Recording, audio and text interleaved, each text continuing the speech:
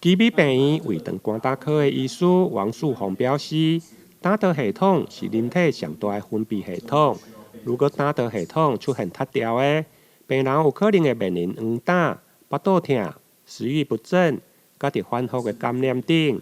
尤其对着恶性肿瘤引起的胆道塌掉的，现在健保署已经有条件来开放胆道金属支架的给付。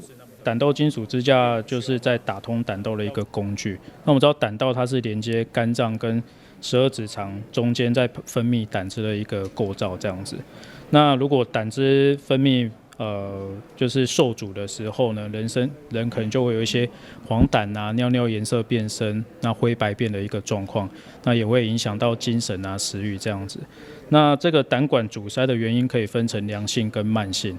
那尤其这个如果是恶性肿瘤，这个就属于恶性。那尤其像附近有一些器官，像是胰脏癌啊、十二指肠癌或是胆管癌，有时候如果造成胆管阻塞，就会有刚才说的阻塞性黄疸的一个状况。那从今年6月开始呢，就是我们健保有给付这个所谓的胆道的一个金属支架这样子。那所以一般针对这种肿瘤的病人，大概我们都是建议放金属支架。那只是在今年6月之前，病人都需要自费。那从今年6月开始，那健保开始有给付，那所以对于民众来说，它是一个很大的一个福音这样子。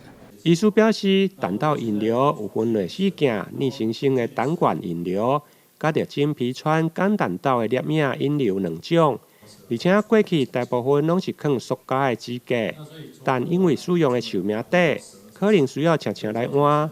现在健保署有条件来开放金属支架的给付。预计一档大约有4000多位的癌症病友会用来受惠。台南新闻联跟采访报道。